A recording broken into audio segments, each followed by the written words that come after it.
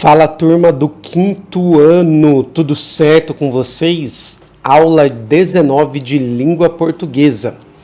Na aula de hoje nós vamos conversar sobre imagens que podem ser lidas como um texto. É isso mesmo, quando você faz uma leitura, você pode fazer a leitura de um texto ou a leitura de uma imagem. Vamos conversar sobre isso nessa aula. Também vamos falar sobre as tirinhas. Você se lembra o que é uma tirinha? E para terminar a aula, vamos falar de pronomes e de sinônimos. Nós também já falamos de pronomes e sinônimos, mas vamos falar de novo para você refrescar a sua cuca, para você ativar a sua memória.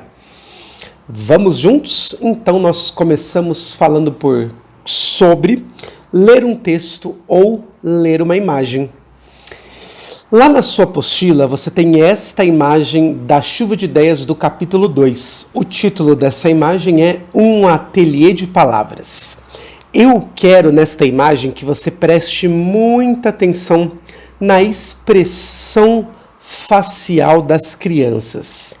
O que quer dizer essa expressão facial? Eu quero que você perceba, que você tente entender que sentimentos essas crianças podem estar sentindo neste momento.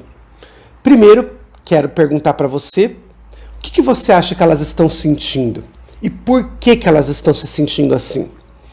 Será que elas estão felizes, entusiasmadas, empolgadas, animadas?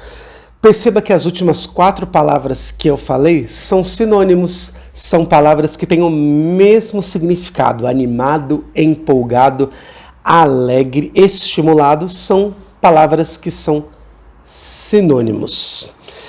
E o que você acha que elas estão fazendo nessa imagem? Bom, olhando para a imagem, percebe-se que elas estão se divertindo muito com tinta. Elas estão com tinta no rosto, nas mãos, tem tinta na parede atrás delas. Então vocês percebem aí que elas estão se divertindo muito nessa bagunça das cores.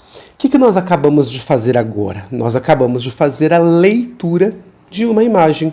Pois é, através dessa imagem nós conseguimos ler, interpretar, tirar desta imagem que essas crianças estão se divertindo com tinta, que elas estão felizes. Então, através de uma imagem, você também pode interpretar uma série de informações.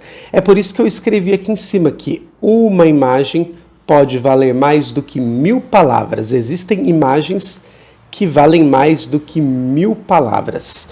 Isso também acontece lá nas nossas aulas de história, quando nós fazemos uma interpretação de uma obra de arte, ou quando nós realizamos a leitura de uma imagem relacionada a um fato histórico.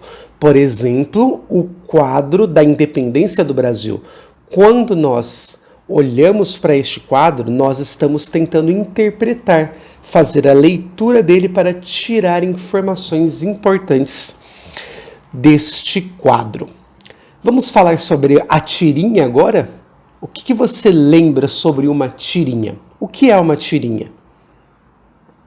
Bom, uma tirinha é um gênero textual, ou seja, a tirinha pode ter funções. Para que serve uma tirinha? Bom, a tirinha ela serve para contar histórias que podem nos emocionar, podem nos ensinar algo, podem trazer informações sobre um assunto interessante, podem nos fazer pensar. A tirinha, ela normalmente é apresentada num conjunto de até 5 quadrinhos, que juntos eles contam uma história.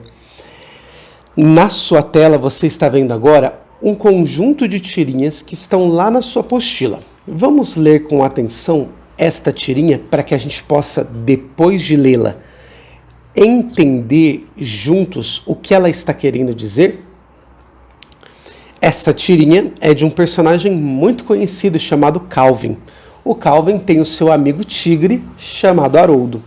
Vamos aproximar um pouquinho mais para que a gente consiga ler com atenção. Então a tirinha começa com uma série de imagens. E aí eu quero que você perceba que a terceira imagem ela é um pouco diferente da primeira imagem. Na primeira imagem, parece que alguém está desenhando as formas básicas do tigre. E na terceira imagem, o tigre já está com mais detalhes, já está completo. Logo no segundo quadrinho dessa tirinha, nós descobrimos que quem está desenhando é o Calvin. Veja só o que ele diz. Ah, até eu posso fazer um desenho melhor que esse.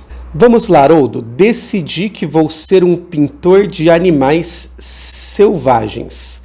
A gente vai lá para fora e você posa para mim. O que é posar para alguém? Pense nessa palavra.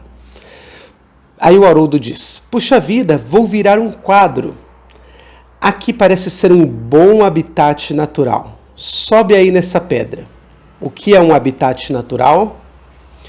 Aí o Haroldo diz, o Van Gogh teria vendido mais de um quadro na vida se tivesse pintado tigres. Muito bem, você é o soberano das selvas. Do seu trono você vigia seu território com a serenidade, a confiança e o olhar impassível de um felino selvagem. O que significa a palavra impassível? Vamos conversar sobre ela daqui a pouco. O Haroldo diz, assim? Não, é assim não. Assim? Está formal demais. Vamos tentar retratar o tigre enquanto ele descansa na sombra, depois de uma caçada. Que tal assim? Não. E agora? Isso não está dando nada certo. E que tal assim? Sim, é isso, fica parado aí. Puxa, não sabia que isso ia ser tão difícil. Imagina quando eu for retratar um alce tapado. Não esquece que o tom da minha pelagem está mais pro amarelo ocre do que pro laranja. O que será que significa a palavra ocre? Vamos começar conversando sobre essa última palavra que talvez nós não saibamos o significado. Amarelo ocre é um amarelo próximo do laranja. É como se eu quisesse dizer amarelo alaranjado, tá? Antes de conversar sobre a outra palavra que a gente também pensou durante o texto, quero perguntar para você o que você acha que o Calvin está sentindo neste quadrinho. Você acha que ele está se sentindo feliz por estar fazendo esse exercício de pintura? Será que ele está animado? Será que ele está triste? Será que ele está cansado? Pense sobre isso. Bom, nós também combinamos de conversar sobre a palavra impassível, né? O que significa essa palavra impassível? Um olhar impassível. Um olhar impassível é um olhar sério, concentrado, compenetrado. É um olhar que não está sujeito a emoções. É um olhar de alguém que não se deixa distrair por nada. Tudo bem? E aí nós também tínhamos que falar sobre a palavra habitat. Habitat é o local que algum animal vive. Se eu perguntar para você qual é o habitat natural do tigre, o tigre é um animal típico de florestas e savanas. O que mais que nós tínhamos que pensar juntos? Eu acho que eram estas palavras que talvez você pudesse ter dúvidas sobre elas nessa tirinha. Não esqueça de responder as perguntas sobre essa tirinha, combinado? Espero ter te ajudado a entender algumas palavras que talvez você possa não conhecer o significado. E aí, mais uma coisa sobre essa tirinha. Foi fácil esse exercício de desenhar o Haroldo? O Calvin achou fácil isso? Pense um pouquinho para você responder as suas atividades, tá bom? Vamos continuar nossa aula falando dos pronomes? Bom, os pronomes são palavras que substituem nomes ou o acompanham. Então, o pronome ele pode servir para duas coisas. Ou eles podem ficar no lugar de nomes, como que chama as palavras que são nomes mesmo, que são palavras que nomeiam, que dão nome a alguma coisa, elas são chamadas de substantivos, tudo bem? Então, o pronome ele pode estar no lugar de um substantivo, que você não quer repetir de novo, ou o pronome ele pode servir para acompanhar um nome. Por exemplo, se eu quero te dizer que uma caneta me pertence, eu falo minha caneta. Minha é um pronome que está junto com a palavra com o substantivo caneta. Minha caneta. Minha é pronome, caneta é substantivo. Então, o pronome minha, ele acompanha o substantivo caneta, porque eu estou querendo dizer para você que a caneta me pertence. Beleza? Olha só essas frases que estão aí no finalzinho da sua tela. Então, vamos ler juntos essa primeira frase. João faltou à aula hoje. Onde está a apostila dele? Dele é um pronome que substitui do João. Então, ao invés de escrever novamente a palavra João, eu escrevo dele. João faltou à aula hoje. Onde está a apostila do João? Ao invés de escrever do João, eu escrevo dele para não repetir o substantivo João. Olha o segundo exemplo. Leve-me o caderno, por favor. Ao invés de eu falar para você, por favor, eu quero que você me leve o caderno. Ao invés de falar toda essa frase, eu apenas falo leve-me. Então esse me, que está junto com o verbo levar, está querendo dizer que eu quero que você leve para quem o caderno? Para mim. Tudo bem? Então o me aí também é um pronome, tá? É um pronome que está substituindo um outro pronome. No caso, ao invés de eu escrever o meu nome, eu poderia escrever eu, Nelson, quero que você leve o caderno para mim. Ao invés de escrever eu, Nelson, eu escrevo o me, que aí o me vai substituir tanto o pronome eu, como pode substituir a presença do nome de alguém. Vamos ver o último exemplo? Os alunos querem os materiais impressos. Precisamos deixá-los prontos. Deixá-los prontos. Esse los está substituindo a palavra materiais impressos, tá? Então, ao invés de escrever os alunos querem os materiais impressos, precisamos deixar os materiais impressos prontos, eu mudo para deixá-los, porque aí eu evito escrever novamente materiais impressos. Vou colocar aí na tela para você exemplos de outros pronomes. Alguns deles substituem nomes, como é o caso do pronome eu, nós, ele, ela, eles, elas. Outros são pronomes que indicam de quem eu estou falando ou se algo pertence àquela pessoa, como o pronome meu ou pronome mim.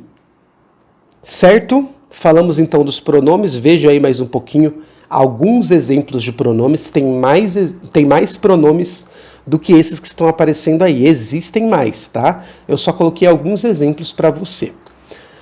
Vamos falar dos sinônimos? O que você lembra que são sinônimos mesmo? Nós já falamos numa aula anterior. Sinônimos são palavras que podem substituir outras. Então, quando eu estou escrevendo um texto, ao invés de escrever o nome do personagem várias vezes durante o texto, eu posso escrever outras palavras que substituem o nome do personagem. Eu quero que você preste atenção que sinônimos podem ser sinônimos de nomes, né, que são substantivos, podem ser sinônimos de características, que são os adjetivos, ou podem ser sinônimos de verbos, que são as palavras que apresentam, que mostram a ação de um personagem. Observe com atenção nessas frases a palavra Marinho. Marinho é o nome de um jogador de futebol, muito famoso, que joga no Santos. Eu reproduzi aí para você o trecho de uma notícia. Essa notícia, ela está explicando que o Marinho ele foi eleito o melhor jogador da Libertadores. Vamos ler juntos alguns detalhes dessa premiação. Marinho foi eleito o melhor jogador da Conmebol Libertadores 2020. Marinho ganhou do companheiro Soteldo e dos palmeirenses Rony e o Everton, que também concorriam ao prêmio. Marinho foi eleito o melhor jogador em votação popular. Marinho fez 4 gols na competição. Marinho recebeu um anel como prêmio e ficou emocionado. Perceba que durante o meu texto eu utilizei a palavra Marinho 5 vezes. Quem leu o meu texto até o final não aguenta mais ler a palavra Marinho. Então eu preciso pensar em sinônimos para a palavra Marinho. E aí, você pode me ajudar? Marinho é um jogador de futebol, então jogador de futebol já é um sinônimo para Marinho. Vamos ver outros sinônimos que o professor colocou aí. Então, na segunda frase, ao invés de Marinho, você poderia ter escrito: o jogador do Santos ganhou do companheiro Soteldo, dos palmeirenses Rony e o Everton, que também concorreu ao prêmio. Na terceira frase, ao invés de Marinho, eu poderia escrever: o atleta Atleta também é sinônimo de jogador de futebol. O atleta foi eleito o melhor jogador em votação popular. Poxa, tem um R a mais aqui, hein? Me desculpem por isso. Então, o atleta foi eleito o melhor jogador em votação popular. Na quarta frase, no lugar de Marinho, nós poderíamos colocar o craque. Craque é alguém que joga muito bem. De fato, o Marinho joga muito bem. Ele é um bom jogador de futebol. Então eu posso chamá-lo de craque. Posso dar o sinônimo craque para o Marinho. O craque fez 4 gols na competição. Agora, na última frase, eu também posso escrever um outro sinônimo para o jogador de futebol Marinho, que é o sinônimo o esportista. O esportista recebeu um anel como prêmio e ficou emocionado. E aí eu quero que você perceba como, quando eu decido colocar vários sinônimos de uma mesma palavra, o meu texto fica mais interessante, ele fica mais legal de ler.